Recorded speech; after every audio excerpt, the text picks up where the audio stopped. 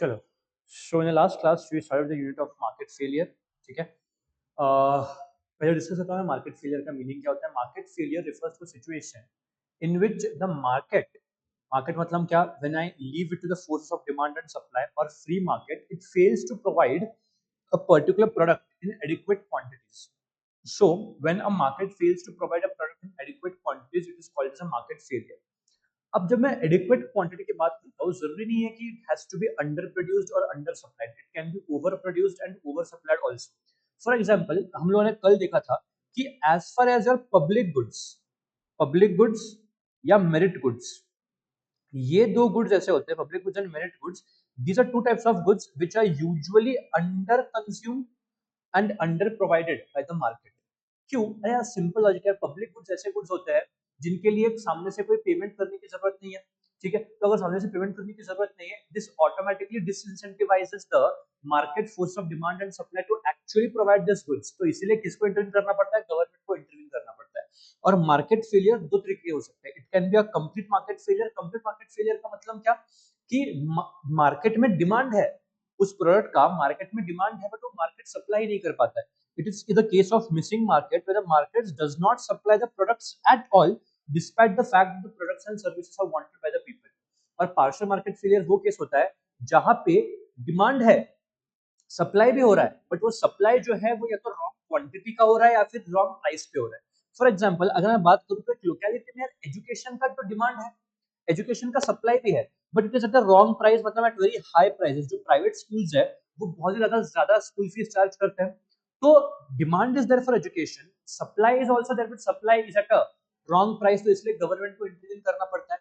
For example, अगर मैं बात करूं तो there is a demand for alcohol for sure, but the demand for alcohol and the supply against it, the supply is at a wrong quantity. Alcohol is over available in the market, तो इसीलिए it is a case of market failure. तो जब जब market failure है तब तब government को intervene करना पड़ता है. मार्केट फेलियर के चार मेन कॉजेस कौन से हैं? One is market power, externalities, public goods and incomplete information, जिसमें से कल हम लोगों ने पब्लिक गुड्स एंटायरली डिस्कस कर लिया था. और इनकम्प्लीट इन्फॉर्मेशन में हमने देखा कि इनकम्प्लीट इन्फॉर्मेशन से मार्केट फेल कैसे होता है. ठीक है, तो if I just may take you to page 7.19, incomplete information का मतलब क्या कि जो पार्टीज कॉन्ट्रैक्ट करने को आ रहे हैं उसमें से किसी एक पार्टी के पास इंफॉर्मेशन है, दूसरे पार्टी के पास इंफॉर्मेशन नहीं है. उसी को हम बोलते हैं asymmetric information, when one party knows more than the other in a transaction. दो एग्जांपल्स लिए थे. अगर मैं हूं, ठीक है, if I am owner of a car, मुझे मालूम है कि वो कार में कोई प्रॉब्लम है क्या या कार अच्छा है क्या, बट सामने वाले को मालूम नहीं है. तो इसलिए होता क्या है, सामने वाला यही अज्यूम करके चलता है कि भाई अगर सेकंड हैंड कार है तो उसमें कोई ना कोई प्रॉब्लम रहेगा, इसलिए ही ऑफर्स मी अ लो रेट. अब मुझे मालूम है यार कि मेरे कार में कोई प्रॉब्लम नहीं है, बट सामने वाले को लगता है कि कार में प्रॉब्लम है, तो इसलिए सामने वाला जो रेट कोट करता है, मैं बोलता हूँ कि I am not satisfied with this rate because I know my car is in a better condition, तो इसलिए मैं उसको कार बेचता ही नहीं हूँ. तो इसलिए सेकंड हैंड मार्केट में सिर्फ उतने ही कार बिकते हैं जो घटिया क्वालिटी के हैं, जो एवरेज क्वालिटी के हैं, जो पुअर क्वालिटी के हैं. क्यों sir? Because this is the fact that in a second hand market the seller of the car knows more than the buyer, and therefore the buyer thinks what the product is damaged, तो इसलिए buyer is ready to pay a low price, and therefore second hand market में जो cars बिकते हैं वो सारे कौन से क्वालिटी के होते हैं? पुअर क्वालिटी के होते हैं, जिनको हमने बोला था क्या? Lemon. We call this as lemon, और ये प्रॉब्लम को हम बोलते हैं लेमन्स प्रॉब्लम. ठीक है, फिर हमने देखा था इसमें और दो चीजें. एक असिमेट्रिक इंफॉर्मेशन में एडवर्स सिलेक्शन एक था, और दूसरा कौन सा था? Moral hazard. एडवर्स सिलेक्शन ध्यान रखना ट्रांजैक्शन के पहले होता है. Adverse selection is a hidden problem of characteristics, it is a hidden problem of characteristics. ठीक है, it happens before the contract is signed. Moral hazard is after contract is signed, and therefore it is hidden problem of actions. मतलब क्या यार, मैंने health insurance लिया है तो let me do what, मैं रोज हर हफ्ते जाता हूँ, मैं डॉक्टर के पास बोलता हूँ भाई डॉक्टर देख लो क्या हुआ, डॉक्टर मेरे को क्या हुआ है देख, डॉक्टर मेरे को क्या हुआ है देख, बिकॉज मुझे मालूम है मेरा हेल्थ इंश्योरेंस कौन बेयर करेगा? कंपनी बेयर करेगी, तो मुझे अपने जेब से कुछ भरना नहीं है. सेकंड, अगर मैंने मेरे कार का इंश्योरेंस करा के दिया है तो I will drive the car recklessly, because I know अगर कुछ डैमेज हुआ तो भरने के लिए कौन बैठा है? Insurance company. तो ये जब इनकम्प्लीट इंफॉर्मेशन होता है तब गवर्नमेंट यहाँ पे कैसे इंटरवीन कर सकता है वो हम पढ़ते हैं. तो यहाँ पे आ जाओ on page number 7.24, government intervention to correct lack of information. जहां पे लैक ऑफ इंफॉर्मेशन है वहां पे गवर्नमेंट कैसे इंटरवीन कर सकता है, देखो ये point. Number one, information failure occurs when the markets fail to provide accurate or sufficient information for the consumers to make rational decisions. अगर कंज्यूमर के पास इंफॉर्मेशन नहीं है, अगर सामने वाले बायर के पास ये इंफॉर्मेशन ही नहीं है कि सेकंड हैंड कार का कंडीशन क्या है, तो ऑब्वियसली मार्केट विल फेल. तो यहाँ पे गवर्नमेंट क्या कर सकता है? First point the government can do is mandatory labelling. आपने देखा भी रहेगा हर एक प्रोडक्ट के पीछे सारा लेबलिंग भरा हुआ है. इसका मैन्युफैक्चरिंग डेट क्या है, एक्सपायरी डेट क्या है, कंटेंट क्या है. अगर लेट अस से कोई प्रोडक्ट से किसी को एलर्जी है तो बोलते हैं एलर्जेंस क्या क्या है इसमें. तो बहुत सारे ऐसे ऐसे मैंडेटरी लेबलिंग करवाती है गवर्नमेंट. जो भी न्यूट्रिशनल इंफॉर्मेशन है, वार्निंग लेबल्स ऑन सिगरेट्स कि सिगरेट से क्या होता है, cigarette causes cancer, tobacco consumption causes cancer, ये सब वो पैकेट्स पे छपे हुए रहते हैं. व्हाई? बिकॉज कि भाई जो बंदा वो प्रोडक्ट को खरीद रहा है, let him have that complete information कि what are the side effects of using the product. तो इसीलिए मैंडेटरी लेबलिंग में क्या बोला है कि products must have clear labels. Next, disclosure. अभी आपने देखा रहेगा म्यूचुअल फंड्स के ऐड आते हैं. म्यूचुअल फंड्स के ऐड आते हैं, रोहित शर्मा ऐड करते हैं इसका, एमएस धोनी ऐड करते हैं. और म्यूचुअल फंड सही है, ये सब कुछ एडवर्टाइजमेंट होने के बाद लास्ट में एक डिस्क्लेमर आता है, mutual fund investments are subject to market risks, please read all the scheme related documents very carefully. माना कि वो बहुत जोर से स्पीड में बोलता है, बट आपको इन्फॉर्म तो करते हैं कि नहीं. वो इन्फॉर्म इसलिए करते हैं कि बिकॉज वो चाहते हैं कि भाई ये एडवर्टाइजमेंट देख के आप इरैशनल डिसीजन मत लो. म्यूचुअल फंड्स हमेशा आपको रिटर्न देंगे ऐसा जरूरी नहीं है. Mutual fund investments are subject to market risk. अगर मार्केट डूबा, म्यूचुअल फंड भी डूबेगा. तो ये इंफॉर्मेशन प्रोवाइड करना बहुत कंपलसरी है. तो सेबी ने ये मैंडेटरी स्टॉक मार्केट के डिस्क्लोजर्स करके रखे. Similarly there is one more thing called as futures and options. Futures and options करके एक और एरिया है, इनको हम मिलके बोलते हैं डेरिवेटिव्स. जो डेरिवेटिव्स आप मैथ्स में पढ़ते हो उससे टोटली अलग है. ये डेरिवेटिव्स आप पढ़ोगे इन द सीए फाइनल. तो होता क्या है, ये फ्यूचर्स एंड ऑप्शंस में अक्सर जो लोग ट्रेड करते हैं वो बहुत भारी नुकसान सहते हैं. इट्स अ ये अगर मैं बोलूं तो इट इज अ लीगलाइज्ड सट्टा. सट्टा नहीं बोलता हूं मैं, बस तो सट्टे जैसा है, समझ लेना. तो यहाँ पे लोग ना बहुत ज्यादा पैसे जो है वो लूज करते हैं जिनके पास इन्फॉर्मेशन नहीं है इन सब चीजों का. तो इसीलिए क्या होता है मालूम है क्या, जो भी आपका ब्रोकर रहता है, ब्रोकिंग ऐप रहता है, जब आप वो ब्रोकिंग ऐप में जाते हो और फ्यूचर ऑप्शंस को सिलेक्ट करते हो तो वहां पे एक डिस्क्लेमर आता है कि फ्यूचर एंड ऑप्शंस में आप तभी ट्रेड करें अगर आपको कुछ इसका इन्फॉर्मेशन है, नहीं तो यहाँ पे लॉसेस जो है वो बहुत ज्यादा मैसिव हो सकते हैं. ये रिस्पॉन्सिबिलिटी बनता है, सेबी ने बोला है कि ये डिस्क्लोजर्स दो आप, ताकि सामने वाला जो कस्टमर है जो ट्रेड कर रहा है म्यूचुअल फंड में, फ्यूचर्स ऑप्शंस में या कहीं पे भी, he can take a rational decision. And next, advertising regulations. Government बोलता है जो भी कंपनी एडवर्टाइज कर रहा है, आप ये इंश्योर करना कि वो जो एडवर्टाइजिंग है वो इंफॉर्मेटिव है और मिसलीडिंग नहीं. The information is the advertisement is informative and not misleading. तो इसलिए होता क्या है, होता ये है कि जब भी अगर मैंने सपोज मैंने एक एडवर्टाइजमेंट दिया कि यार लेट अस से अगर आपने ये पेन खरीदा तो आप एग्जाम में पास हो जाओगे, तो कैसे? ये पेन अगर खरीदा तो एग्जाम में पास कैसे हो सकते हो आप? एग्जाम में पास होने के लिए आपको पढ़ना पड़ेगा, आपको लिखना पड़ेगा, तो पास हो just on basis of a pen. मैं एडवर्टाइजमेंट करने के लिए बोल दूं यार ये पेन खरीद, एग्जाम में पूरे नंबर आएंगे. I cannot do like that. The information whichever I am giving in advertising should not be misleading. It should be informative. मैं इस प्रोडक्ट के फीचर बता सकता हूँ, मैं इस प्रोडक्ट का यूजेज बता सकता हूँ, मैं इस प्रोडक्ट को कैसे आप अपने प्रोजेक्ट्स में यूज कर सकते हो, इसमें यूज कर सकते हो, मैं आपको सब वो इन्फॉर्मेशन दे सकता हूँ. It should be informative, but कभी भी मैं मिसलीडिंग रिमार्क्स नहीं बता सकता. ठीक है, तो ये हो गया governmental responses to correct what lack of information. कौन से है? पहला मैंडेटरी लेबलिंग करा दो, सेकंड डिस्क्लोजर्स प्रोवाइड कर दो, और थर्ड एडवर्टाइजमेंट पे कंट्रोल करो. If I may I just show you one question जो इसके ऊपर आया था, आप इमीडिएटली आंसर कर पाओगे इसको. देखो question 65, question number 65. The statutory disclaimer that mutual fund investments are subject to market risk. Please read the offer documents carefully before investing. Is which of the following type of government intervention? ये जो है government क्यों intervene कर रहा है? To correct externalities? नहीं. For equitable distribution? नहीं. To correct information failure? The answer is yes. तो ये इंफॉर्मेशन फेलियर को करेक्ट करने के लिए मार्केट सॉरी ऐसा एडवर्टाइजमेंट आता है जो सेबी ने प्रिस्क्राइब किया है. This is prescribed bye securities board of exchange of India कि भाई कोई भी म्यूचुअल फंड का ऐड होगा तो ये लाइन होना चाहिए, mutual fund investments are subject to market risk, please read the offer documents very carefully before investing. This is to correct which failure? Information failure, ताकि सामने वाले को मालूम पड़े कि भाई म्यूचुअल फंड्स जो है वो मार्केट रिस्क के अधीन है, मतलब अगर जैसे आपके मार्केट ऊपर जाएंगे म्यूचुअल फंड ऊपर जाएगा, मार्केट नीचे जाएगा म्यूचुअल फंड भी नीचे जाएगा। तो ये इन्फॉर्मेशन देना बहुत जरूरी है। This is the government intervention to correct information failure. अगर मैं आगे बढ़ता हूं तो आप आगे अपने नोट्स में एक छोटा सा चीज देखेंगे, government intervention for equitable distribution. Equitable distribution का मतलब क्या?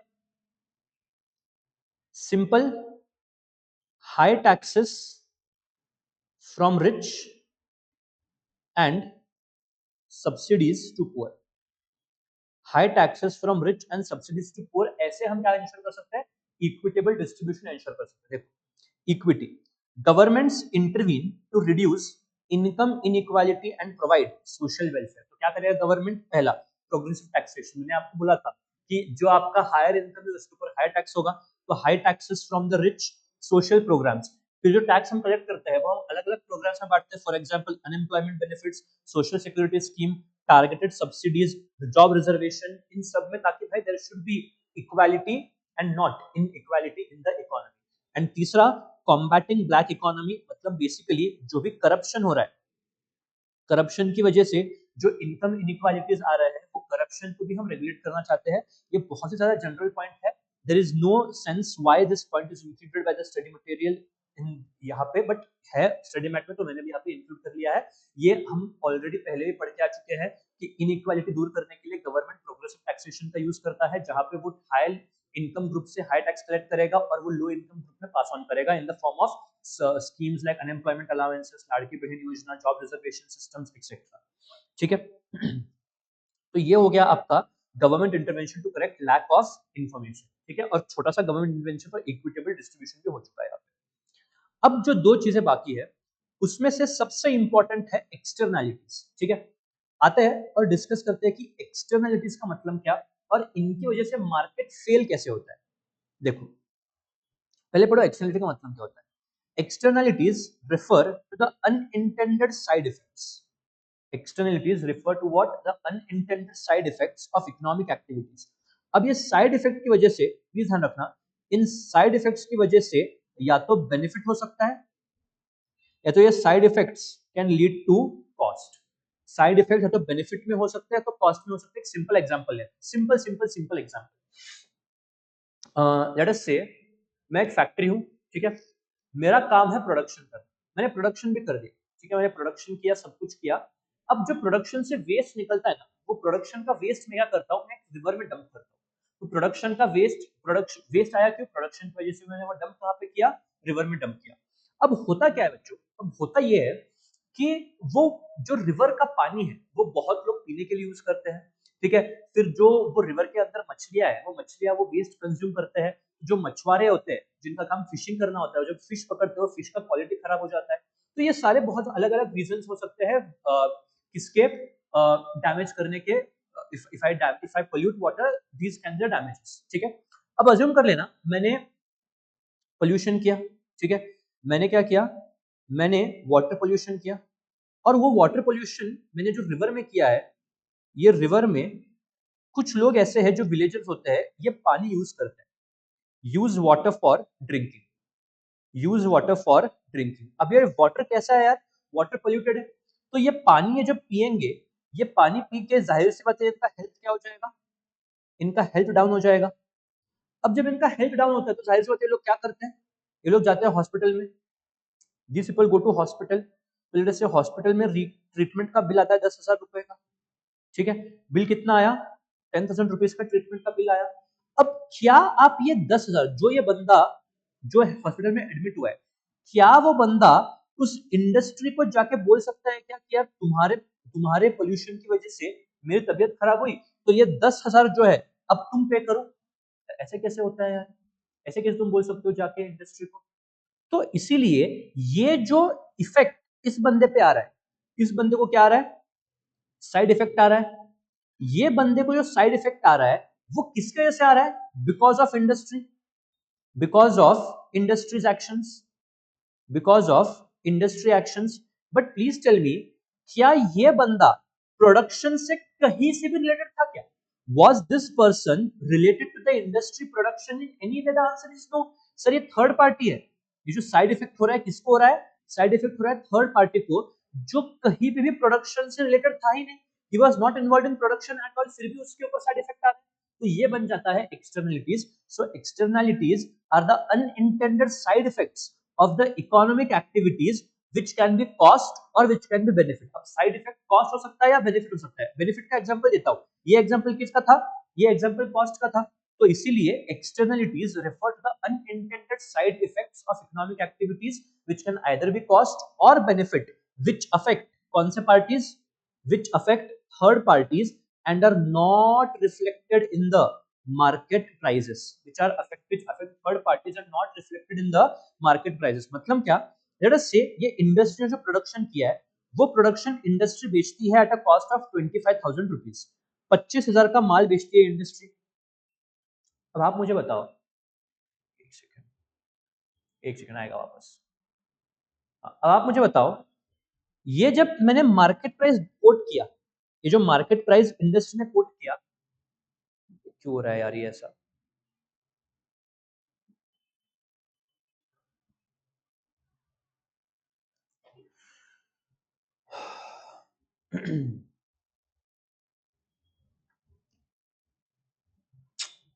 जैसे सेकंड,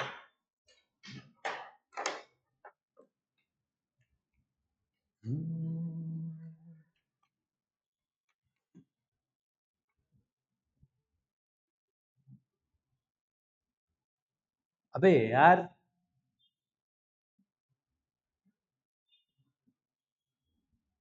क्या दिक्कत है भाई इसको?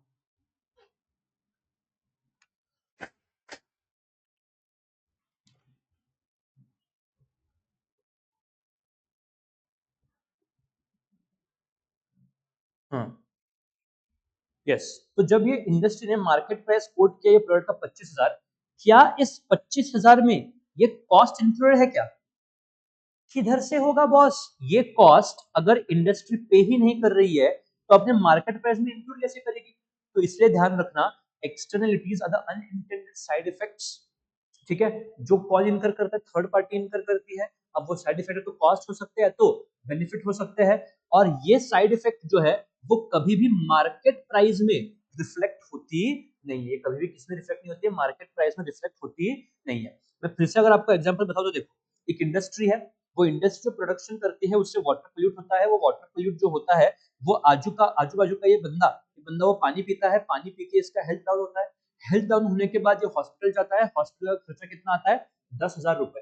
पहली बात, क्या ये 10,000 रुपए इंडस्ट्री पे करेगी या बंदा पे करेगा? ऑब्वियसली ये बंदा पे करेगा। अब अगर इंडस्ट्री ये प्राइस पे करती नहीं है, ये कॉस्ट इंडस्ट्री के लिए कॉस्ट ऑफ प्रोडक्शन नहीं होगा। कॉस्ट ऑफ प्रोडक्शन कब होता है इंडस्ट्री के लिए? अगर ये 10,000 रुपए इंडस्ट्री पे करती तो, बट ये इंडस्ट्री कॉस्ट पे ही नहीं कर रही है तो इंडस्ट्री के लिए वो 10,000 कॉस्ट ऑफ प्रोडक्शन होगा नहीं। अगर ये कॉस्ट ऑफ प्रोडक्शन नहीं है तो जाहिर सी बात है जब इंडस्ट्री मार्केट प्राइस कोट करेगी उस मार्केट प्राइस में भी ये 10,000 रुपए का कहीं पे भी इन्वॉल्वमेंट या रोल रहेगा नहीं। तो ये जो 10,000 रुपए उसको खर्च करने पड़ रहे हैं, ये होता है साइड इफेक्ट जो हो रहा है बिकॉज ऑफ इंडस्ट्री एक्शंस जो अफेक्ट कर रहा है एक थर्ड पार्टी। ठीक है, तो अब फिर से पढ़ेंगे आप। Externalities refer to the unintended side effects of economic activities which can be cost or which can be benefit that affect third parties and are not reflected in the market price। तो देखो, they arise when the actions of individuals or firms have indirect effect on others। Industry का indirect effect है third party को, ठीक है, and are not mediated through price mechanism which are not included in the price। ठीक है, however, when a firm's production or consumer's action impacts the others, जब दूसरों को इम्पैक्ट पड़ रहा है विदाउट कॉम्पेंसेशन और पेमेंट, अब यहाँ पे दूसरे को इम्पैक्ट पड़ रहा है कि नहीं पड़ रहा है सर? दूसरे को इम्पैक्ट कितने का, 10,000, बट क्या ये कॉम्पेंसेशन वो इंडस्ट्री से ले सकता है क्या? The answer is no. तो व्हेन अ फर्म्स प्रोडक्शन और consumers action impacts others without a compensation or payment and that effect is not captured in the market price, it is called as a externality। I hope आपको externality का meaning समझा है। मैं फिर से बोलता हूँ, एक्सटर्नलिटी मतलब क्या, अनइंटेंडेड साइड इफेक्ट। अब वो साइड इफेक्ट है तो बेनिफिट हो सकता है तो कॉस्ट हो सकता है जो किसी थर्ड पार्टी के ऊपर जाता है। वो थर्ड पार्टी मतलब कौन सी पार्टी? जिसका प्रोडक्शन में कोई भी इन्वॉल्वमेंट नहीं है। तो अगर थर्ड पार्टी को कोई नुकसान होता है तो कभी भी मार्केट प्राइस में रिफ्लेक्टेड होता नहीं है। अगर थर्ड पार्टी को कोई बेनिफिट हो रहा है वो भी मार्केट प्राइस में रिफ्लेक्टेड नहीं है। क्या मैं आपको एक सिंपल एग्जांपल दे दूं बेनिफिट का? सुनो, ये हो गया कॉस्ट का बेनिफिट। मैं आपको एक सिंपल एग्जांपल देता हूँ, सॉरी, ये हो गया कॉस्ट का एग्जांपल, बेनिफिट का एग्जांपल मैं आपको देता हूँ। लेट अस से ये मिस्टर ए है, ठीक है, this is mister A. Mister A जो है वो कोविड का वैक्सीन लेता है। मिस्टर ए जो है वो किसका वैक्सीन लेता है? कोविड का वैक्सीन लेता है। अब कोविड का वैक्सीन अगर मिस्टर ए ने लिया तो क्या मैं बोल सकता हूं मिस्टर ए इज इम्यून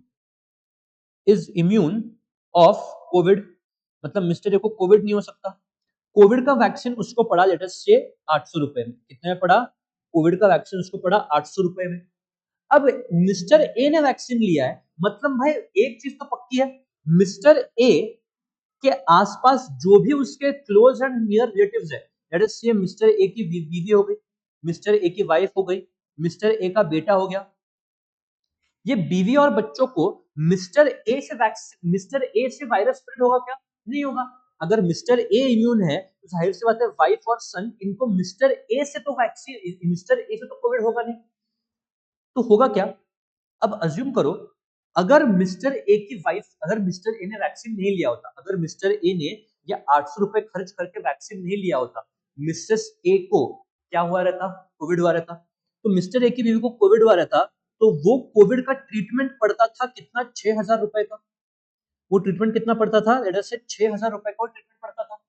अब मिस्टर ए ने वैक्सीन ले लिया 800 में, तो क्या ये 6,000 रुपए उसका बेनिफिट हो गया क्या? बिल्कुल बेनिफिट हो गया, बिकॉज अब वो कॉस्ट उसको पे नहीं करना है। बट जो मार्केट प्राइस है वैक्सीन का, वो 6,800 है या 800 रुपए है? वो सिर्फ और सिर्फ 800 रुपए है। मतलब क्या यहाँ पे भी मार्केट प्राइस इस चीज को रिफ्लेक्ट नहीं कर रहा है? The answer is yes. यहाँ पे भी जो प्राइस है मार्केट प्राइस 800 रुपए का, it is not reflecting the benefit which Mr. A is getting by avoiding a treatment cost of 6,000। तो वैक्सीन किसने लिया? मिस्टर ए ने। उससे बेनिफिट किसको हुआ? मिसेस ए को।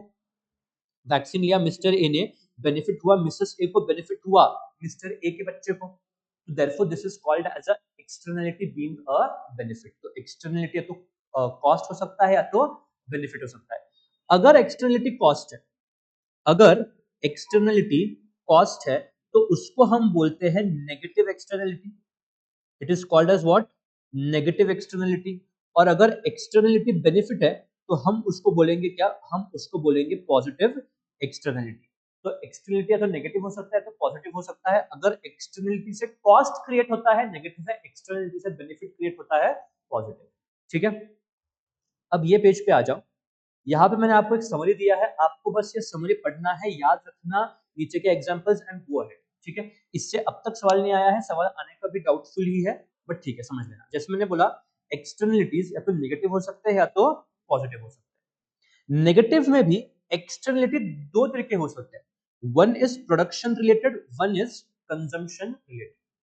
पहले आते हैं प्रोडक्शन रिलेटेड पढ़ने के लिए। देखो, externality initiated, caused in production, which imposes the external cost received either in production or consumption by the other। सबसे पहले प्रोडक्शन रिलेटेड का मतलब क्या? प्रोडक्शन रिलेटेड का ये मतलब होता है कि एक्सटर्नलिटी स्टार्ट कहां पे होगा? एक्सटर्नलिटी स्टार्ट या कमेंस होता है प्रोडक्शन में। अब बात कर रहे हैं हम नेगेटिव एक्सटर्नलिटी की, यस और नो? बात कर रहे हैं नेगेटिव एक्सटर्नलिटी की। जो एक्सटर्नलिटी प्रोडक्शन में इनिशिएट हुआ है वो क्या देता है? वो कॉस्ट देता है। किसको? अदर्स को।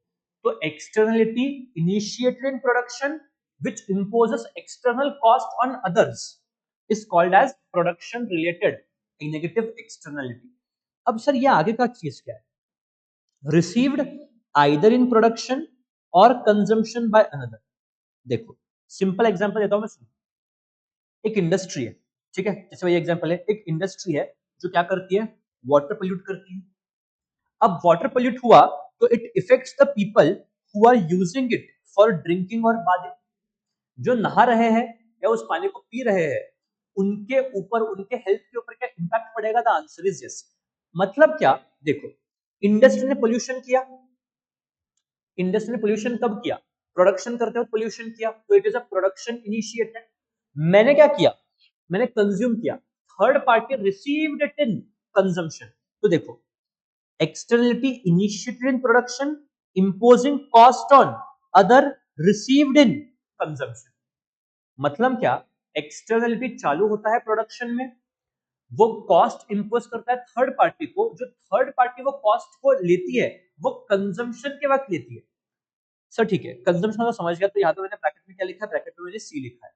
अब सर प्रोडक्शन का मतलब क्या, मतलब externality initiated in production which imposes the external cost received in production. इसका मतलब क्या, एक्सटर्नलिटी चालू कहां पे हुई, प्रोडक्शन में, एक्सटर्नलिटी रिसीव कहां होगी, प्रोडक्शन में। कैसे, देखो, वही इंडस्ट्री जो वाटर पोल्यूट करती है, क्या अंदर के फिश का हेल्थ खराब होता है उससे, यस। अब मेरा काम क्या है, मेरा काम है मछली पकड़ना, मैंने मछली पकड़ा और वो मैं मछली देखता हूँ यार ये मछली तो सड़ी हुई है, मतलब मछली सड़ी हुई है, क्यों, बिकॉज इंडस्ट्री ने उसको सड़ाया है। अब वो सड़ी हुई मछली में बेच नहीं सकता मार्केट में, मतलब क्या उससे मेरा प्रोडक्शन, मेरा सप्लाई इंपैक्ट हो रहा है क्या, द आंसर इज यस। तो किसी और के प्रोडक्शन की वजह से मेरा प्रोडक्शन इंपैक्ट हो रहा है, उसको हम बोलते हैं externality initiated in production which imposes a cost received by other in production. तो नीचे का देखेंगे, जो इंडस्ट्री ने वाटर पोल्यूट किया है, it affects the fisherman who collects the fishes as the fishes are now unfit for sale. तो दूसरों की प्रोडक्शन की वजह से मेरा प्रोडक्शन इंपैक्ट हुआ, ये होता है पहला लाइन। पहला लाइन क्या, production related externality which is initiated in production imposing external cost. अब ये कॉस्ट दूसरा रिसीव करेगा या तो प्रोडक्शन में या तो कंजम्पशन में। Externality initiated in production received by other which imposes cost either in production or in consumption. Next, negative externality जो कौन सा रिलेटेड होता है, it is consumption related negative externality. अगर कंजम्पशन रिलेटेड है मतलब इनिशिएट कहां पे होगा, इनिशिएट होगा प्रोडक्शन, नहीं इनिशिएट होगा कंजम्पशन। तो देखो यहाँ पे externality initiated in consumption, externality initiated in consumption which imposes external cost received by others either in production or in consumption। मतलब ऐसा एक्सटर्नलिटी जो हो किस वजह से रहा है, हो रहा है बिकॉज ऑफ कंजम्पशन, और ये कोई दूसरा बंदा कंज्यूम कर रहा है जो दूसरे बंदे के प्रोडक्शन या कंजम्पशन पे इंपैक्ट हो रहा है। फॉर एग्जांपल इंडस्ट्रियल वन, मैं सपोज एक यहाँ पे बैठा हूँ, ठीक है, मैं एक बस स्टैंड में बैठा हूँ, ठीक है, मेरे हाथ में ये बीड़ी है, मेरे हाथ में ये बीड़ी है, मेरे हाथ में सिगरेट है, मैं सिगरेट फूक रहा हूँ यहाँ पे। जब मैं सिगरेट फूक रहा हूँ मतलब क्या, मैं वो सिगरेट कंज्यूम कर रहा हूँ, द आंसर इज दिस। तो एक्सटर्नलिटी चालू कहाँ पे हुई, कंजम्पशन में। अब मेरे बाजू में जो लोग बैठे हैं वो उनका भी तो पैसिव स्मोकिंग हो रहा है ना यार, उनका भी तो क्या हो रहा है, पैसिव स्मोकिंग हो रहा है, मतलब उनका भी, उनके लिए भी वो कॉस्ट है, एक्सटर्नल कॉस्ट है। कोई दूसरा बंदा कंज्यूम कर रहा है और किसी दूसरे बंदे को वो इफेक्ट हो रहा है, इफेक्ट कहां पे हो रहा है, कंजम्पशन में, बिकॉज वो पैसिव स्मोक अपने अंदर ले रहे हैं। तो externality initiated in consumption received by other in consumption, externality initiated in consumption received by other in consumption. तो देखो एक्सेसिव स्मोकिंग मतलब क्या, एक्सटर्नलिटी इनिशिएटेड इन कंजम्पशन, मैं स्मोक कर रहा हूं जिससे अदर्स के हेल्थ को क्या पड़ रहा है, इंपैक्ट पड़ रहा है। तो excessive smoking affects the health of others in the room, this is a consumption related externality received by other in consumption, consumption related externality received by other in consumption. फिर सर इसका example क्या है, externality initiated in consumption received by other in production, मतलब क्या, simple, मैं class में क्या करता है, जैसे से कल जो मैं क्लास लेता हूँ, कल संडे आपका क्लास है, जैसे से कल का क्लास में ना दारू पी के आता हूँ, कल के क्लास में मैं क्या करता हूँ, दारू पी के आता हूँ। कंजम्पशन किसने किया, मैंने, दारू पी के आया। अब दारू पी के मैं आपको पढ़ा रहा हूँ, दारू पी के मैं क्या कर रहा हूँ, आपको पढ़ा रहा हूँ, या फिर दारू पी के मैं कोई भी काम कर रहा हूँ, नाम किसका खराब होगा, मेरा नहीं, एचजीपीए का नाम किसका खराब होगा, क्लास का नाम खराब होगा। क्यों, एक क्लास में प्रोफेसर दारू पी के सिखाते हैं, it is just a example, kindly don't relate it with the real life situations. तो एक्सटर्नलिटी इनिशिएटेड इन कंजम्पशन, जो एचजीपीए रिसीव कर रहा है इन द प्रोडक्शन, बिकॉज उससे एचजीपीए के सेल्स हैम्पर होंगे ना, एचजीपीए का उससे ये नाम खराब होगा, एचजीपीए के सेल, एचजीपीए के एडमिशंस कम होंगे उससे। तो इसीलिए externality initiated in consumption received by other, other कौन है यहाँ पे, एचजीपीए इन प्रोडक्शन। मैंने आई थिंक इसका दूसरा एग्जांपल दिया, यहाँ पे देखो, consumption of alcohol during the work reduces the efficiency of worker. मैंने दारू पिया काम करते वक्त, मेरा एफिशिएंसी कम हुआ, बट उससे इंपैक्ट किसको पड़ेगा? क्लास को। सिमिलरली एक फैक्ट्री में एक वर्कर दारू पी के आता है, उससे दारू पे तो उसका काम में ध्यान नहीं लगेगा, उसका एफिशिएंसी कम हुआ, नुकसान किसका होगा? नुकसान किसी और का होगा, और मतलब कौन? वो इंडस्ट्री का नुकसान होगा जो प्रोडक्शन कर रही है। This is called as externality initiated in consumption, received in production. देखो, पहले हमने क्या देखा? पहले हमने देखा प्रोडक्शन रिलेटेड एक्सटर्नलिटी, मतलब क्या? ऐसा एक्सटर्नलिटी जो इनिशिएट कहां पे होगा? इनिशिएट होगा प्रोडक्शन एक्टिविटी में, और दूसरों को वो इंपैक्ट करेगा या तो प्रोडक्शन में या तो कंजम्पशन में। कंजम्पशन रिलेटेड एक्सटर्नलिटी चालू कहां पे होगा? कंजम्पशन में, और वो इंपैक्ट करेगा दूसरों के प्रोडक्शन में या दूसरों के कंजम्पशन में। आई होप ये दोनों ही आपको क्लियर है, दोनों ही कौन से थे? नेगेटिव एक्सटर्नलिटीज थे, ठीक है। अब अगर मैं बात करूं पॉजिटिव एक्सटर्नलिटी की, if I talk about positive externality, यहाँ पे भी दो आता है। कौन से? एक प्रोडक्शन रिलेटेड, एक कंजम्पशन रिलेटेड। सिर्फ फर्क क्या है? फर्क इतना ही है, अगर ये पॉजिटिव है तो ये कॉस्ट इंपोज नहीं करेगा, ये बेनिफिट देगा। ये क्या देगा? बेनिफिट देगा। तो पॉजिटिव एक्सटर्नलिटी हमेशा क्या देंगे? बेनिफिट देंगे। तो पहला क्या है? Production related. प्रोडक्शन रिलेटेड का मतलब क्या? ऐसा एक्सटर्नलिटी जो चालू हुआ है प्रोडक्शन में, जो किसी और को बेनिफिट दे रहा है, या तो दूसरे के प्रोडक्शन में या तो दूसरे के कंजम्पशन में। क्या बोला मैंने? एक्सटर्नलिटी जो प्रोडक्शन में इनिशिएट हुआ है, जो दूसरों को बेनिफिट देता है, या तो प्रोडक्शन में या तो कंजम्पशन में। तो externality initiated in production which confers gives external benefit to other either in production or in consumption। अब सर इसका एग्जांपल क्या है? देखो नीचे एक फर्म है, ठीक है। एक फर्म क्या करती है? फर्म अपने वर्कर्स को ट्रेनिंग देती है। फर्म क्या करती है? अपने वर्कर को ट्रेनिंग देती है। जब फर्म अपने वर्कर को ट्रेनिंग देती है, क्या ये प्रोडक्शन एक्टिविटी है? फर्म जब अपने वर्कर को ये देती है, क्या ट्रेनिंग देती है, it is a production activity. तो एक्सटर्नलिटी चालू कब हुआ? जब फर्म ने अपने वर्कर को ट्रेनिंग दिया प्रोडक्शन में, और वो ट्रेनिंग लेके वर्कर्स क्या करते हैं? वर्कर स्मार्ट बनते हैं, वर्कर होशियार बनते हैं। इससे वर्कर का प्रोडक्टिव कैपेसिटी क्या होता है? इससे वर्कर का प्रोडक्टिव कैपेसिटी बढ़ता है। तो इसलिए firms train the workers, generate positive benefits to the firm. So externality initiated in production generating positive benefits to the other in production.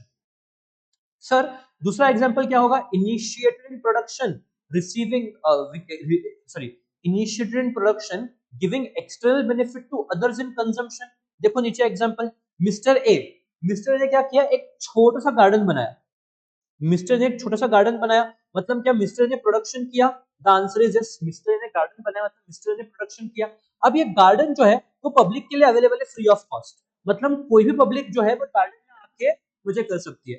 तो mister A builds a small garden and allows the neighbours to use the garden. Production चालू कहां पे हुआ? Production में, sorry, externality चालू कहां पे हुआ? प्रोडक्शन में, जब मिस्टर ए ने गार्डन बनाया। और वो एक्सटर्नलिटी दूसरों को बेनिफिट कहां पे दे रहा है? कंजम्पशन में, because the other people can go and have fun in the garden. तो ये होता है externality initiated in production, received by others in production और in consumption. And last case जो आता है वो आता है कंजम्पशन रिलेटेड एक्सटर्नलिटी। अब इसका लॉजिक आप मुझे बताएंगे। Externality initiated in consumption, received by other in production और इन कंजम्पशन। देखो पहला एग्जांपल, एक कंपनी है, वो कंपनी क्या करते हैं मालूम है क्या? कंपनी अपने एम्प्लॉयज को ना हेल्थ क्लब सर्विसेज देती है। कंपनी अपने एम्प्लॉयज को हेल्थ क्लब सर्विसेज देती है, मतलब वो हेल्थ क्लब सर्विसेज कौन रिसीव कर रहा है? एम्प्लॉयज। तो externality initiated in consumption, the employees are consuming that benefit and it is giving benefit to the company only, because ये हेल्थ क्लब सर्विसेज से इन एम्प्लॉयज का एफिशिएंसी बढ़ेगा। एम्प्लॉय का एफिशिएंसी बढ़ेगा, मतलब वो कंट्रीब्यूशन कहां पे करेंगे? प्रोडक्शन में। तो हेल्थ सर्विसेज कंज्यूम कौन कर रहा है? एम्प्लॉय, बट उससे बेनिफिट किसका होगा? फर्म का। तो ये होता है externality initiated in consumption, received in production.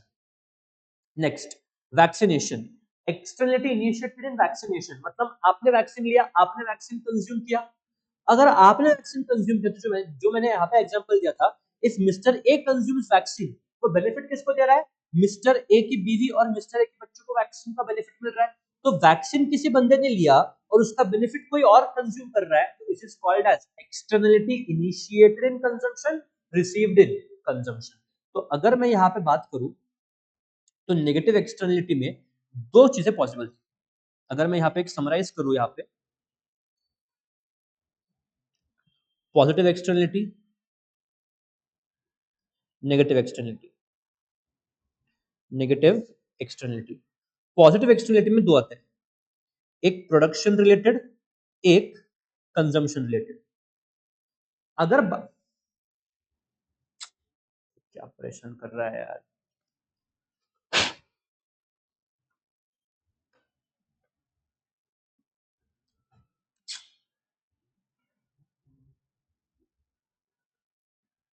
यार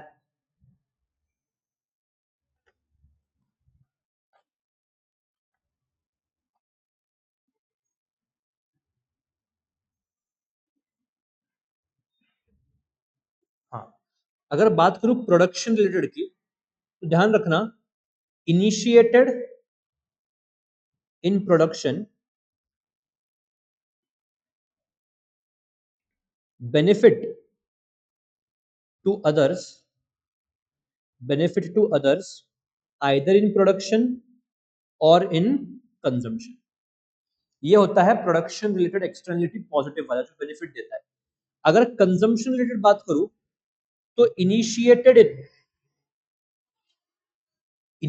in consumption which gives benefit to others, which gives benefit to others in production or in consumption।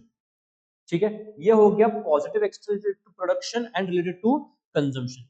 अगर मैं बात करूं नेगेटिव एक्सटर्नलिटी की, if I talk about negative externality, यहां पे भी दो केसेस आ सकते हैं, प्रोडक्शन रिलेटेड एंड दूसरा case production related and the second case is what, consumption related. अगर मैं बात करूं प्रोडक्शन रिलेटेड, काम करता हूं, let me just copy this,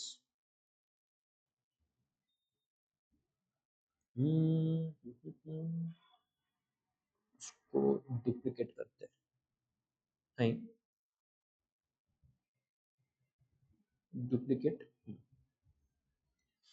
production related externality negative क्या होगा, इनिशिएटेड इन प्रोडक्शन, बट अभी नेगेटिव है ना, नेगेटिव है तो it will not give benefit, this will impose cost to others in production और इन कंजम्पशन। और अगर कंजम्पशन रिलेटेड एक्सटर्नलिटी की बात करूं जो नेगेटिव है, it is initiated in consumption, cost to others, cost to others in either production or in consumption, cost to others in either production or in consumption। तो ये आप समरी के लिए लिख के जा सकते हो। नीचे दिए गए जो एग्जांपल्स है वो ऐसे ही हाइपोथेटिकल एग्जांपल्स है। जहां तक मैंने बोला, यहाँ पे यहाँ से अब तक एक भी सवाल बना नहीं है, एक्सटर्नलिटी पूरे जितना भी कवर्ड है, there is not even a single question which has come in the paper on these lines. But ऐसा हो सकता है कि वो आपको एग्जांपल देगा। क्या एग्जांपल देगा? लेट अस से आपको एक एग्जांपल दे रहा है कि मिस्टर ए ने क्या किया, मिस्टर ए ने एक पब्लिक लाइब्रेरी कंस्ट्रक्ट की। Mister A constructed a public library and he allowed the students free of charge to sit there. तो ये कौन सा externality? Please tell me one thing, mister A ने पब्लिक लाइब्रेरी बनाई, हाँ, मतलब क्या मिस्टर ने प्रोडक्शन किया, हाँ, तो एक्सटर्नलिटी इनिशिएट कहाँ पे हुई, प्रोडक्शन में इनिशिएट हुई सर। अब ये लाइब्रेरी से बेनिफिट हो रहा है स्टूडेंट्स को, खर्चा हो रहा है स्टूडेंट्स को, सर बिल्कुल बेनिफिट हो रहा है, तो ठीक है, एक तो हो गया, this is a positive externality related to production. अब चेक करना ये बच्चे प्रोडक्शन में रिसीव कर रहे हैं या कंजम्पशन में रिसीव कर रहे हैं। सर ऑब्वियसली बच्चे इसको कंजम्पशन में रिसीव कर रहे हैं। तो mister A constructs a public library, allows the students free of cost, will be a positive production externality, which is positive production externality which is giving benefit to others in the form of consumption, which is giving benefit to others in the form of consumption। I hope आपको ये चारों cases समझे हैं। चारों cases एक बार पढ़ के जरूर जाना, ये यहाँ से भी आप पढ़ सकते हो, इनफैक्ट इनसे पढ़ना, या तो फिर समराइजेशन के लिए आप ये वाला भी कर सकते हो। You can pause the video and write this if you want to. ठीक है, अब आ जाओ यहाँ पे the concept of social cost. ठीक है, concept of social cost. Social cost का मतलब क्या, ये हम कॉस्ट के चैप्टर में पढ़ के आए थे, अगर आपको याद आ रहा है तो। Social cost is external cost plus private cost, external cost plus private cost. Private cost ऐसा कॉस्ट होता है जो प्रोड्यूसर्स या कंज्यूमर्स डायरेक्टली बेयर करते हैं, मतलब ऐसा खर्चा जो एक प्रोड्यूसर पे करता है, for example wages, material etcetera. External cost मतलब क्या, the cost which is imposed on third parties not involved in transaction. मतलब क्या मैं इन एक्सटर्नल कॉस्ट को बोल सकता हूँ एक्सटर्नलिटीज? सही है sir. External cost is what, externality. तो social cost is private cost, और ये प्राइवेट कॉस्ट को हम बोलते हैं इकोनॉमिक कॉस्ट, अगर याद रहा आपको तो। Private cost is called as economic cost plus external cost जो सोसाइटी इंकर करती है, सॉरी जो थर्ड पार्टी इंकर करते हैं, जो थर्ड पार्टी कभी भी ट्रांजैक्शन में डायरेक्टली इन्वॉल्व होते नहीं है। ठीक है, देखो सर ये सोशल कॉस्ट इंपॉर्टेंट क्यों है? बिकॉज फर्म जो डिसीजन लेती है, प्लीज टेल मी, अगर आप एक फर्म हो तो आप डिसीजन कौन से बेसिस के ऊपर लोगे, प्राइवेट कॉस्ट या social cost? Sir private cost, society को क्या खर्चा इनकर कर रहे हो उससे हमारा क्या? तो firms base the decisions only on private cost, they thereby ignore the external cost. तो इसीलिए अंडरस्टैंड करना, market prices do not reflect the true societal cost. Because देखो मैंने फिर से आपको एग्जांपल दिया, मैं फिर से दे रहा हूं, चलो फिर से समझ लेना ये पॉइंट को। एक इंडस्ट्री है, इंडस्ट्री क्या कर रही है, पोल्यूशन कर रही है। पोल्यूशन करने से जो एक्सटर्नलिटी क्रिएट हो रही है, जो एक्सटर्नलिटी क्रिएट हो रही है, it is imposing external cost, external cost of ₹10,000। 10,000 कैसे आया, हॉस्पिटल का खर्चा 10,000 है। इंडस्ट्री का जो प्राइवेट कॉस्ट है, इंडस्ट्री का जो प्राइवेट कॉस्ट है वो कॉस्ट ऑफ प्रोडक्शन है 80,000 रुपए। इंडस्ट्री का प्राइवेट कॉस्ट ऑफ प्रोडक्शन कितना है, 80,000। अब जब ये इंडस्ट्री सेलिंग प्राइस डिसाइड करेगी, अगर ये इंडस्ट्री सेलिंग प्राइस डिसाइड करेगी तो सेलिंग प्राइस कौन से बेसिस पे करेगी, ऑब्वियसली 80,000 के बेसिस पे। तो बोलते हैं 80,000 के ऊपर और 20,000 कमाते हैं, तो सेलिंग प्राइस कितना चार्ज किया इंडस्ट्री ने, 1 लाख। बट भाई दिक्कत ये है कि आप इस कॉस्ट को इग्नोर कर रहे हो ना, you are ignoring this external cost. तो इसीलिए होता क्या है, जब भी मार्केट प्राइस डिसाइड किया जाता है वो सिर्फ और सिर्फ प्राइवेट कॉस्ट को कंसीडर करता है। तो market prices consider only private cost, और इसीलिए मार्केट फेल होता है। इसीलिए क्या होता है, मार्केट फेल होता है। बिकॉज मार्केट फेल का ये मतलब नहीं है कि एडिक्वेट क्वांटिटी ना आना, मार्केट फेलियर का ये मतलब है कि रॉन्ग प्राइसेस पे भी मार्केट में कोई प्रोडक्ट मिल रहा है, तो 1 लाख का जो प्राइस है ना वो रॉन्ग है। क्यों रॉन्ग है, बिकॉज आइडियली इस फर्म ने क्या करना चाहिए था, इस फर्म ने बोलना चाहिए था कि यार मेरा प्राइवेट कॉस्ट 80,000 है, बट मैं एक्सटर्नल कॉस्ट कितना लगा रहा हूँ सोसाइटी पे, 10,000 का। तो मेरा टोटल कॉस्ट कितना होना चाहिए, social cost. What is my true social cost, social cost is ₹90,000, that is private plus external. तो सेलिंग प्राइस डिसाइड होगा 90 के हिसाब से। अब 90 पे 20,000 का प्रॉफिट ऐड करके मैं बोलूंगा कि मेरा सेलिंग प्राइस होना चाहिए था करेक्ट 1,10,000। ये 1,10,000 जो है ये ट्रू मार्केट प्राइस है। This 1,10,000 is the true market price, जो अनफॉर्चुनेटली मार्केट में आता ही नहीं है। मार्केट ने ये प्राइस अंडर वैल्यू किया है। 1,10,000 उसका एक्चुअल में सेलिंग प्राइस होना चाहिए था, है कितना, बस 1 लाख। तो इसीलिए जब भी नेगेटिव एक्सटर्नलिटी होता है ना, नेगेटिव एक्सटर्नलिटी, नेगेटिव एक्सटर्नलिटी में प्राइजेस हमेशा, prices are always, prices are always under value. Negative externality में prices are always what, under value. अब मुझे एक बात बताओ, अगर प्राइस अंडर वैल्यूड है तो लॉ ऑफ डिमांड के हिसाब से कंजम्पशन क्या होगा, लॉ ऑफ डिमांड के हिसाब से बच्चों कंजम्पशन इसका बढ़ेगा। तो इसीलिए negative externalities always result into over production and over consumption. Negative externalities always result to over production and over consumption. आप एक काम करो, आप फटाफट स्क्रीन पॉज करो और ये जो लिखा है वो लिखो। ऊपर मैंने टेम्परेरी पेन से लिखा है, अगर पेन हटाऊंगा तो चला जाएगा, चला गया।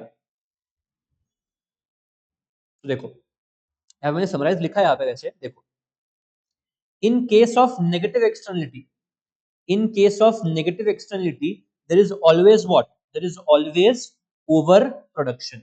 In case of negative externality there is always overproduction, because the market price is undervalued, the market price is under value, तो अंडर वैल्यू अगर market price is log divide से कंजम्पशन बढ़ेगा, और कंजम्पशन बढ़े तो ऑब्वियसली प्रोडक्शन भी क्या होगा, बढ़ेगा।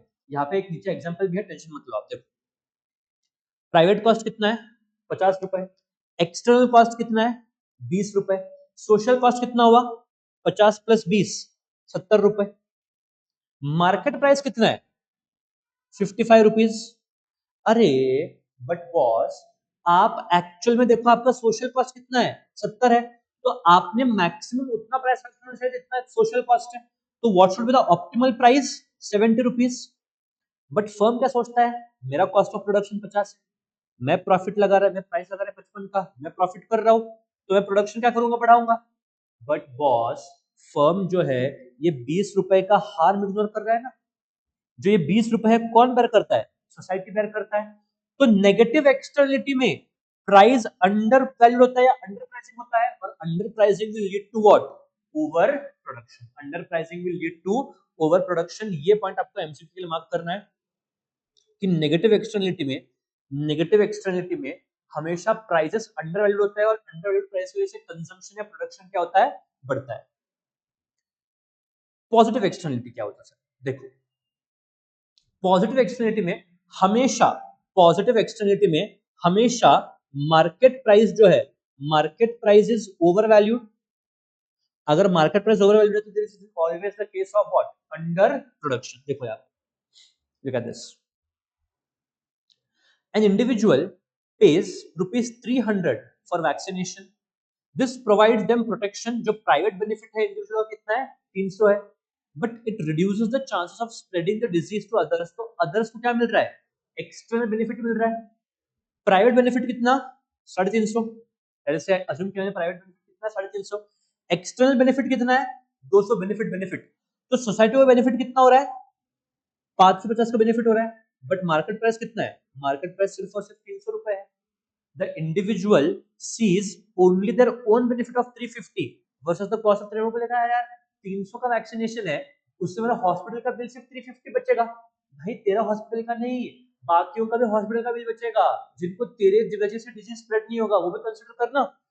तो private gain is 50 rupees only, but society gain कितना है, 250। 250 कैसे आ गया, 550 सोसाइटी को बेनिफिट मिल रहा है, उसके लिए कॉस्ट कितना इनकर हो रहा है, 300। तो सोसाइटी का गेन कितना हो गया, 250।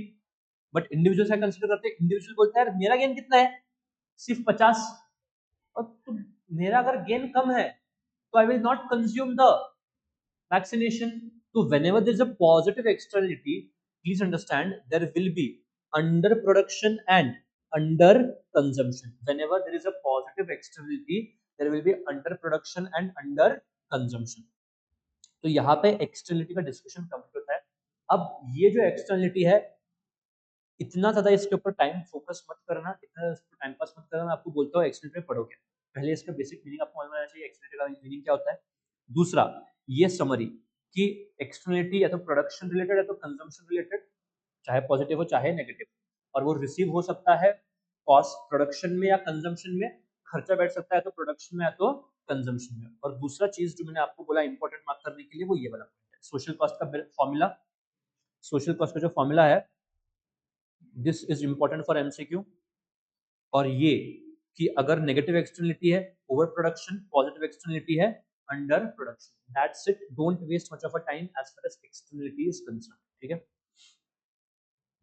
तो गवर्नमेंट इसके लिए इंटरवेंशन क्या करता है, how does government intervene externality, अब पढ़ते हैं। Government intervention to correct externalities.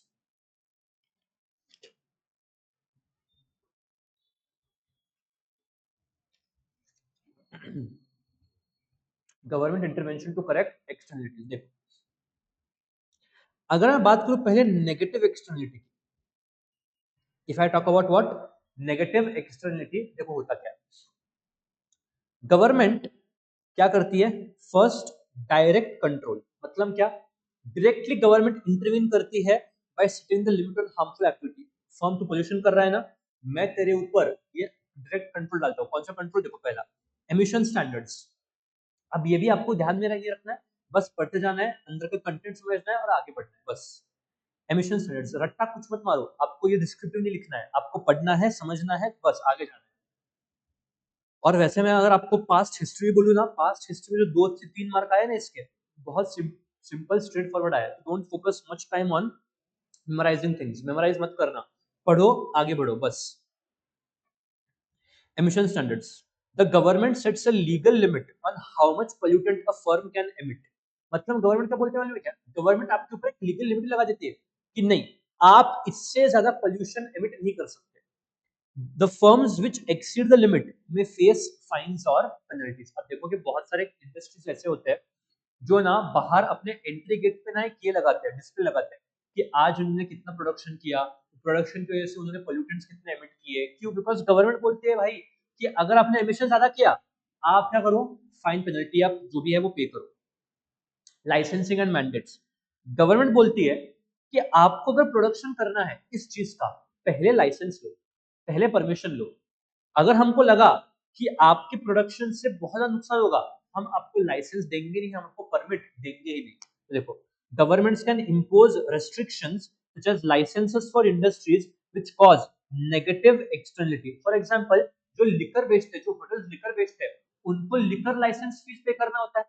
Liquor licence फी मतलब क्या, अगर आपको दारू बेचना है तो उसका पहले लाइसेंस लो और उस लाइसेंस के लिए पेमेंट दो। तो गवर्नमेंट क्या बोलते हैं, मतलब क्या, ठीक है, हम एक्सटर्नलिटी मेजर नहीं कर सकते ना, हम पेनल्टी लगाएंगे, हम फीस भरवाएंगे आपसे, जिससे आपका कॉस्ट ऑफ प्रोडक्शन क्या हो, बढ़े।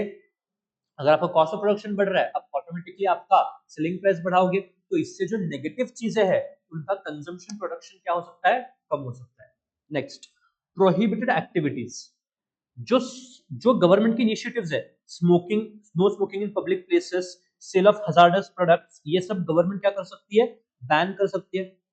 काम करते हैं, स्मोकिंग से एक्सटर्नलिटी आ रहा है ना, स्मोकिंग बंद, बैन, पब्लिक प्लेसेस पे स्मोकिंग नहीं करना है।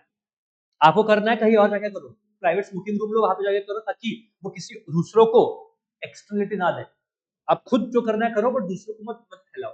तो इसलिए no smoking in public zones. Environmental standards, government क्या बोलते हैं मालूम है क्या, हर एक कंपनी ने हर एक कंपनी ने कुछ इंस्टॉल डिवाइस, कुछ डिवाइस इंस्टॉल करना चाहिए, और वो डिवाइस होता है पोल्यूशन कंट्रोल डिवाइसेस। ये डिवाइस ऐसे होते हैं जो पोल्यूशन कंट्रोल करते हैं, जो पोल्यूशन इंडस्ट्री करती है और उनको ऑटोमेटिकली कंट्रोल करती है, उन डिवाइस को बोलते हैं पोल्यूशन कंट्रोल डिवाइस। अब होता क्या है, ये बहुत महंगे होते हैं, ठीक है, ये बहुत महंगे होते हैं। तो ऑटोमेटिकली अगर आपका इनके ऊपर खर्चा हो रहा है, आप चाहते हो कि आपका सेलिंग प्राइस क्या हो, बढ़े। सेलिंग प्राइस बढ़ेगा तो ऑब्वियस बात है, कंजम्पशन कम होगा। तो अगर मैं देखूं, नेगेटिव एक्सटर्नलिटी डील करने का बहुत एक सिंपल लॉजिक है। सिंपल लॉजिक क्या है, government will try to will try to impose penalties, fines, or make the firm incur extra cost to increase cost of production। लिखो आप ये, to increase cost of production and hence selling price, अगर selling price बढ़ेगा तो इससे under consumption होगा। अगर under consumption हो रहा है, जाहिर सी बात है इसका अंडर प्रोडक्शन भी होगा। अंडर कंजम्पशन हो रहा है तो अंडर प्रोडक्शन भी होगा, ठीक है। This is the case of what, negative externality को कैसे डील करने का। पहला जो आता है डायरेक्ट कंट्रोल या कमांड सॉल्यूशन। दूसरा, market based policies. Market based policy में दो चीजें आती है, एक आता है pollution taxes, that is Pigouvian taxes. नाम याद रखना है इसका, पिगुवियन का, P for pollution, P for Pigouvian. हम क्या करते हैं मालूम है क्या, आप पोल्यूशन कर रहे हो ना, ठीक है, टैक्स हो, पोल्यूशन कर रहे हो, टैक्स हो, मतलब क्या, देखो, a tax imposed on the polluting activity such as carbon emissions or the discharge of pollutants into the environment। आप पोल्यूशन कर रहे हो, बिंदास करो, बिंदास करो, हम आपसे क्या कलेक्ट करेंगे, tax. The tax increases the cost of production, इसमें वही बोल रहा हूँ, इन सारे प्रोडक्ट से हम चाहते क्या है, इन सारे मेथड से चाहते हैं हम ये है कि आपका कॉस्ट ऑफ प्रोडक्शन क्या हो, इंक्रीज हो, तो the taxes will increase the cost of production which makes the pollution more expensive. तो इसलिए झक मार के फर्म को करना पड़ेगा, पोल्यूशन कम करना पड़ेगा। पोल्यूशन कम किया तो यहाँ पे गवर्नमेंट ने अपना ऑब्जेक्टिव मीट किया। बट इसमें सबसे बड़ा दिक्कत है, सर टैक्स लगाओगे कौन से बेसिस पे? टैक्स परसेंटेज कितना होगा, किसका परसेंटेज होगा, कितना अमाउंट होगा, कैसे टैक्स निकालोगे? तो इसलिए इसका एक लिमिटेशन क्या है, it is difficult to determine the correct level of tax and to monitor the pollution levels efficiently. तो दिक्कत आता है कि हम टैक्स लगाए कितना या फिर कौन से बेसिस पे लगाए, इसीलिए थोड़ा इसमें अभी तक प्रॉब्लमेटिक है। इसलिए पोल्यूशन टैक्स जो है वो इंडिया में अब तक चालू नहीं हुआ है, ठीक है? इंडिया में अब तक ये क्या नहीं हुआ है, चालू नहीं हुआ है, ठीक है? देखो next, cap and trade. Cap and trade का मीनिंग क्या समझ में? Understand this with the help of a very simple example. ये फर्म ए है, ये फर्म बी है, firm A and firm B, ठीक है? फर्म ए ना, गवर्नमेंट क्या बोलता है मालूम है क्या? आप ना ये लो, क्या? एमिशन परमिट्स लो, you take emission permit. Emission permit मतलब क्या? एक लिमिट होता है, एक परमिट होता है कि आप इतना इतना पोल्यूशन कर सकते हो। जैसे ये एमिशन परमिट जो है वो परमिट देता है फर्म ए को कि फर्म ए जो है वो 2000 यूनिट तक पोल्यूशन कर सकती है, बिकॉज ऑब्वियसली प्रोडक्शन में पोल्यूशन होगा। तो 20,000 यूनिट तक पोल्यूशन इट कैन डू। वो यूनिट क्या है छोड़ दो, बट इतना एमिशन दिया है। अगर बात करूं फर्म बी की, फर्म बी को गवर्नमेंट ने एमिशन परमिट दिया है से 25,000 यूनिट, 25 नहीं, से इसको भी 20,000 यूनिट का एमिशन परमिट दिया है। दोनों फर्म्स का एमिशन परमिट कितना है? 20,000 का। अब होता क्या है, ये एमिशन परमिट कलेक्ट करने के लिए फर्म ए ने गवर्नमेंट को पे किया है 5 लाख रुपए और फर्म बी ने गवर्नमेंट को पे किया है 5 लाख रुपए। प्लीज टेल मी, क्या ये कॉस्ट ऑफ प्रोडक्शन हो जाता है? बिल्कुल सर, ये क्या हो जाता है? This becomes a part of the cost of production. अब होता ये है, फर्म ए को ऑर्डर आता है, बहुत बड़ा ऑर्डर आता है फर्म ए को। तो फर्म ए बोलता है यार मुझे मुझे प्रोडक्शन बढ़ाना पड़ेगा, पर अगर प्रोडक्शन बढ़ाऊंगा पोल्यूशन बढ़ेगा। मुझे तो मैक्सिमम पोल्यूशन कितना परमिट किया है? 20,000। बट अगर मुझे ज्यादा प्रोडक्शन करना है तो मुझे पोल्यूशन भी ज्यादा करना पड़ेगा, बट मेरे पास लिमिट कितने का है? 20,000। फर्म बी उसको आके बोलता है ए सुन ना फर्म ए, मुझे इस साल उतना ज्यादा कुछ सेल हुआ या होने वाला लगता नहीं है, तो मुझे इतने परमिट की जरूरत नहीं है, मैं कुछ परमिट तुझे बेच सकता हूँ। फर्म ए बोलता है यार wow thank you very much. तो फर्म बी क्या करता है, फर्म ए को सेल करता है, sale of emission permit. Sale of emission permit, कितने परमिट बेचता है? जैसे 10,000 यूनिट का परमिट फर्म बी जो है फर्म ए को बेचता है। आप बोलोगे सर इससे फायदा क्या सर, पोल्यूशन तो बढ़ेगा ना। पोल्यूशन किधर से बढ़ेगा? गवर्नमेंट ने क्या बोला, दोनों फर्म मिला के कितना पोल्यूशन करो, 40,000। होगा क्या, इसने ये 20,000 करेगा प्लस 10,000 का उसने परमिट खरीदा किससे? फर्म बी से। तो फर्म में मैक्सिमम कितना पोल्यूशन करेगा? 30,000। अब 20,000 में से इसके पास बचे कितने? सिर्फ 10,000। तो 30 प्लस 10 टोटल पोल्यूशन अभी भी कितना है? टोटल पोल्यूशन अभी भी 40,000 ही है। तो इसीलिए ये मैकेनिज्म से पोल्यूशन कंट्रोल में रहता है। बट फिर सर ये तो चीटिंग है ना सर, फर्म में कभी भी फिर ये पोल्यूशन लिमिट लेगी, ये लेगी, वो लेगी। बेटा फर्म बी क्या फर्म ए की चाचू है जो मुफ्त में देगी? नहीं। फर्म बी बोलेगी कि आई विल सेल 10,000 यूनिट का परमिट, बट बदले में firm A will make a payment of let's say 3 lakh rupees. Firm A will make a payment of 3 lakh rupees. अब ये 3 लाख रुपए भी क्या हो जाएगा बच्चे? कॉस्ट ऑफ प्रोडक्शन हो जाएगा।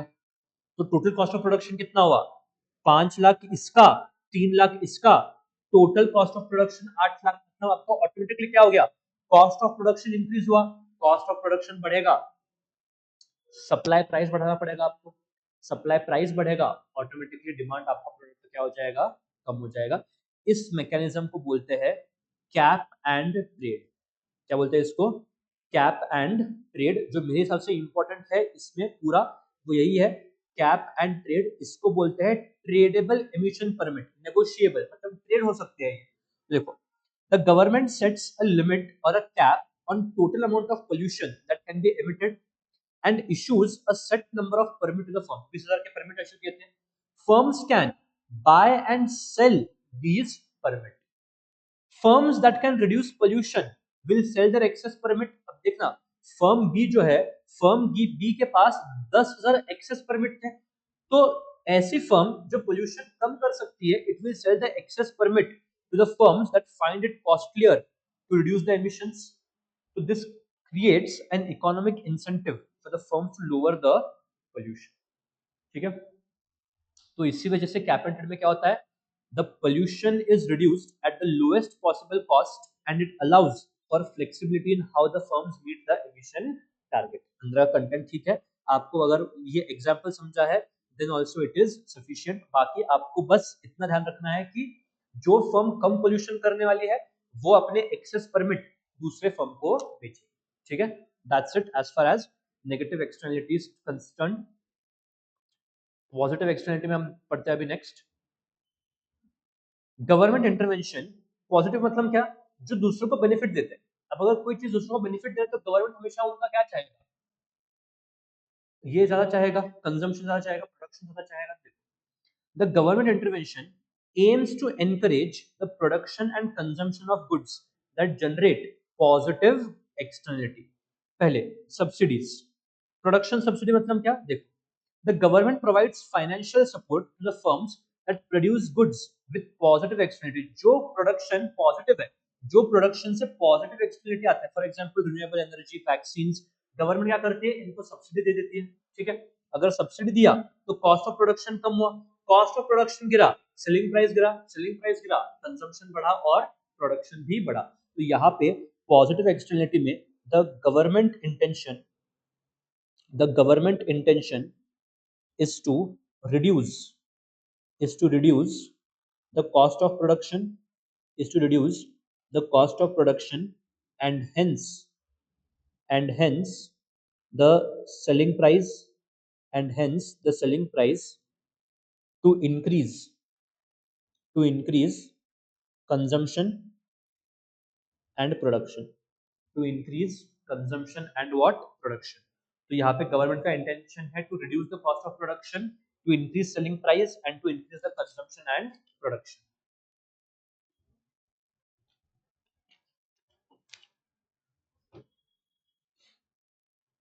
ठीक है.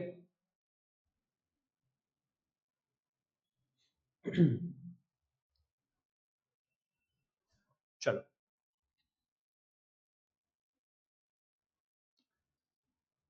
Next, consumption subsidies. इसमें क्या है, the government can provide financial assistance to consumers encouraging them to purchase goods that have positive externality like education and health services.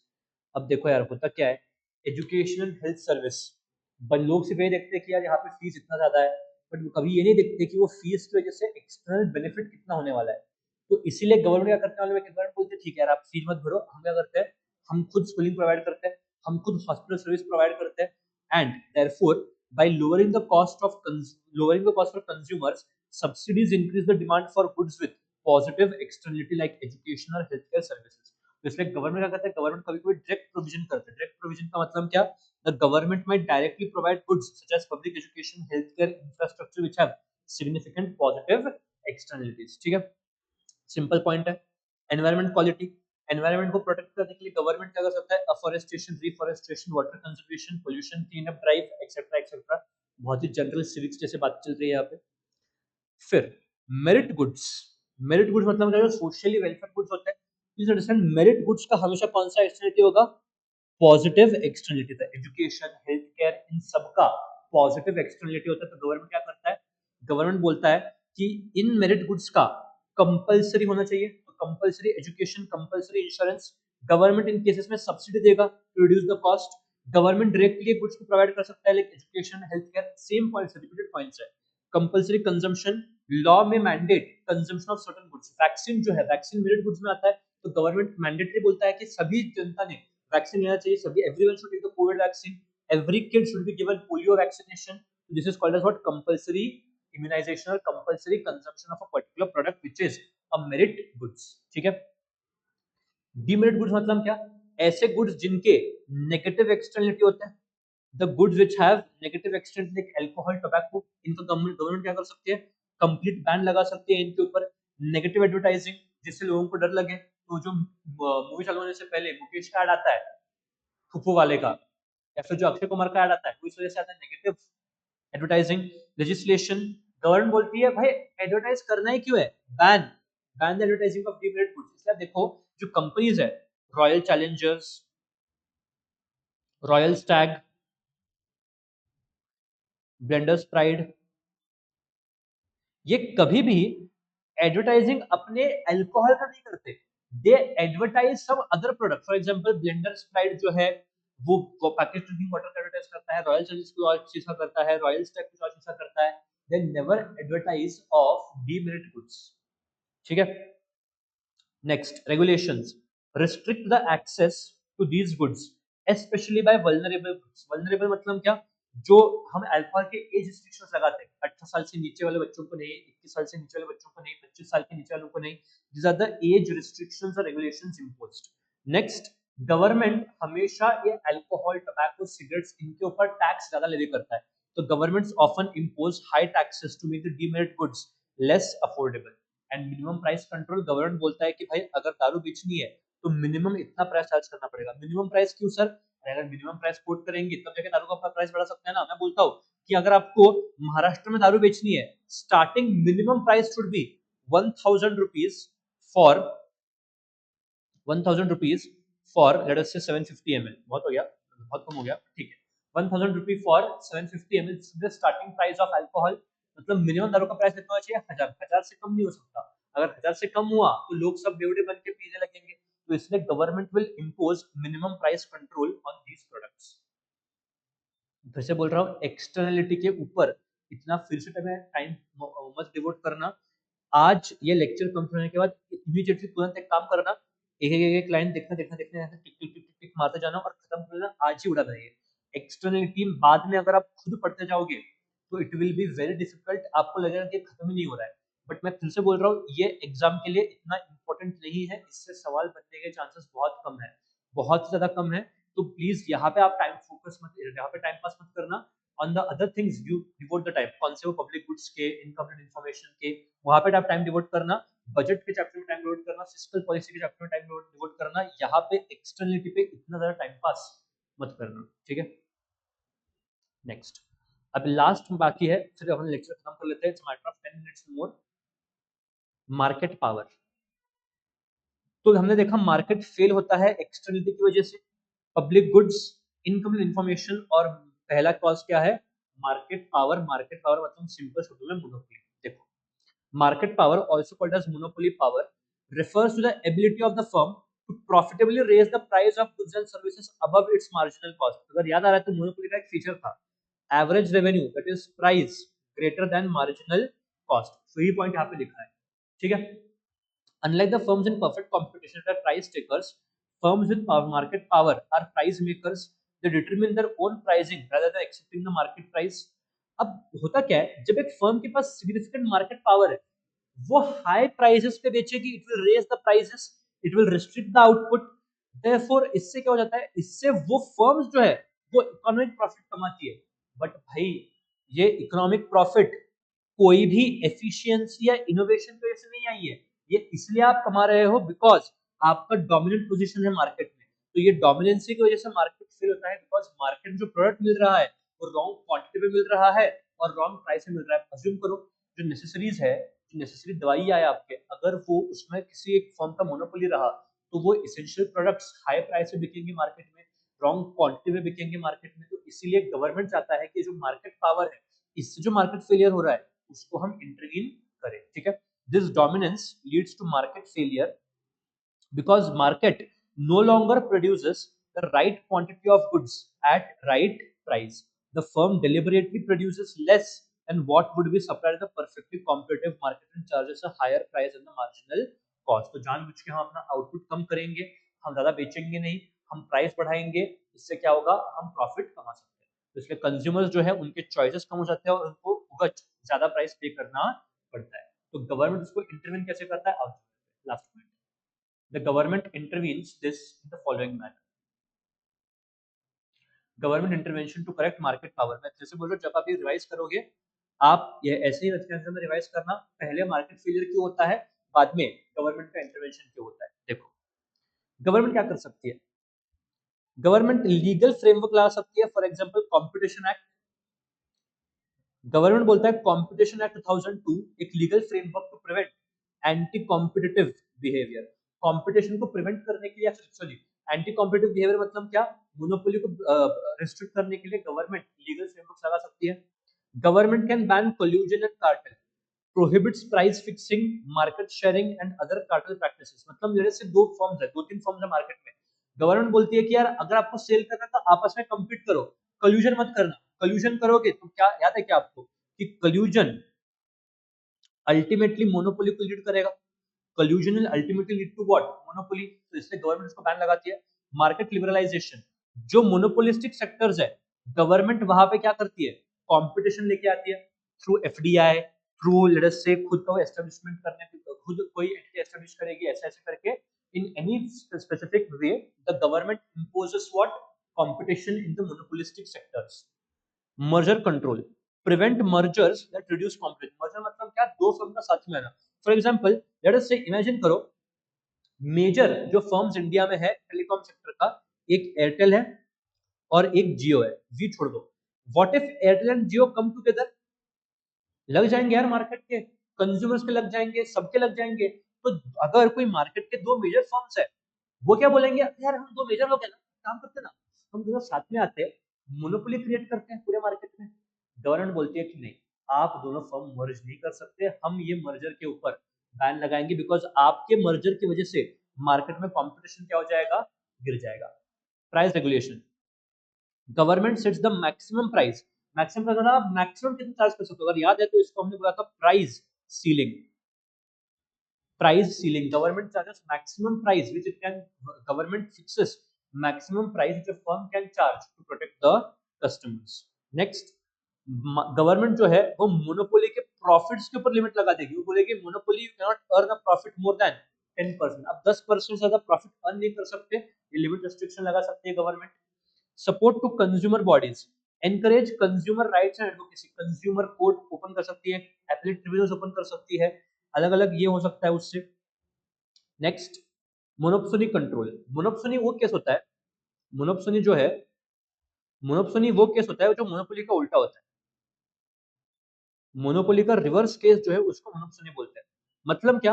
Monopoly, monopoly में सिंगल सेलर होता है, मोनोप्सोनी में सिंगल बायर होता है। मोनोप्सोनी में क्या होता है? सिंगल बायर होता है। तो इस केस में हम क्या कर सकते हैं? अगर कोई मार्केट है जहाँ पे सिंगल बायर है, तो हम उसको प्रिवेंट कर सकते हैं। तो prevent large buyers from exploiting small sellers. Import liberalisation, domestic market बहुत कूद रहा है ना, इंपोर्ट चालू कर दे। अगर डोमेस्टिक मार्केट मोनोपोली एस्टेब्लिश कर रहा है, तो हम कस्टमर्स को ऑप्शन देते हैं कि आप इंपोर्ट करो, हम टैरिफ नहीं लगाएंगे।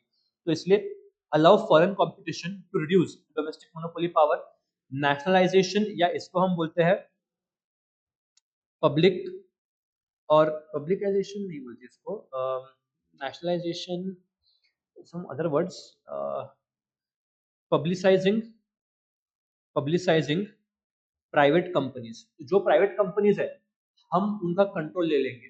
ठीक है, अदानी बहुत मोनोपोली दिखा रहा है ना अपना, आज से अदानी में हम शेयर ले लेंगे। Government purchases a share in the private firm, ताकि अगर वो कंपनीज गवर्नमेंट कंट्रोल्ड कंपनीज हो, तो कम से कम वहां पे मोनोपोली का सिचुएशन थोड़ा कम हो, या फिर मार्केट पावर जो है उस वजह से मार्केट फेलियर थोड़ा कम हो। ठीक है, तो this is your chapter on, और this is your unit on market failure. Okay, मैं अगर फिर से आपको इसका एग्जाम इंपॉर्टेंट बताऊँ एग्जाम पॉइंट ऑफ व्यू से, तो इट इज फर्स्ट, जो इस ऑर्डर में मैंने पढ़ा है उस ऑर्डर में पढ़ना, public goods, information, externality and market power with more focus on these two things. Market power आप आराम से इग्नोर कर सकते हो, बहुत ही जनरल पॉइंट था, बहुत ही घटिया पॉइंट्स थे इसमें। एक्सटर्नलिटी जितना मैंने इंपॉर्टेंट मार्क करके दिया एमसीक्यू के लिए, उतना ही पढ़ के जाओगे तो सफिशिएंट है। डोंट फोकस और don't waste more time in doing this. ठीक है, तो this is as far as your unit 2 is concern. Tomorrow Sunday the lecture timings आपके ग्रुप पे आए रहेंगे, 1 PM से लेके अराउंड लेट अस से 4:30-5 तक लेक्चर होंगे आपके। What will try to do is, first जो यूनिट 1 है, यूनिट 1 बहुत ही जनरल चैप्टर है, जिससे unit 1 will try to complete it as soon as possible. और यूनिट 1 कंप्लीट करके आप प्लीज कल माइक्रो इकोनॉमिक्स का बुक लेके आना। कल का टारगेट अपना रहेगा ये 7th चैप्टर का पहला यूनिट कंप्लीट करना, एंड जो आपका चैप्टर 5 है micro economics that is business cycles, business cycles भी हम कल कंप्लीट करने का ट्राई करेंगे। और अगर उसका जो टाइम बचता है तो जो आपका चैप्टर नंबर 1 है दैट इज बेसिकली इंट्रोडक्शन वाला चैप्टर, मैं फटाफट से आपको रिवाइज करा के दे सकता हूँ यहाँ पे, चैप्टर नंबर 1, ठीक है। तो इसके बाद कल के लेक्चर के बाद जो आपका सिलेबस बचेगा वो एक ही चैप्टर बचेगा, that is chapter number 8 money, ठीक है। मनी बचेगा विच is a matter of again 5 to 6 hours, 5 to 6 लगेंगे इसके, तो मनी आपका जो बच जाएगा, ठीक है। तो after tomorrow the only chapter which will remain to be revised is money, ठीक है। चलो, will discuss other things tomorrow. Lecture आपका कल का टाइमिंग सुबह लॉ रहेगा और बाद में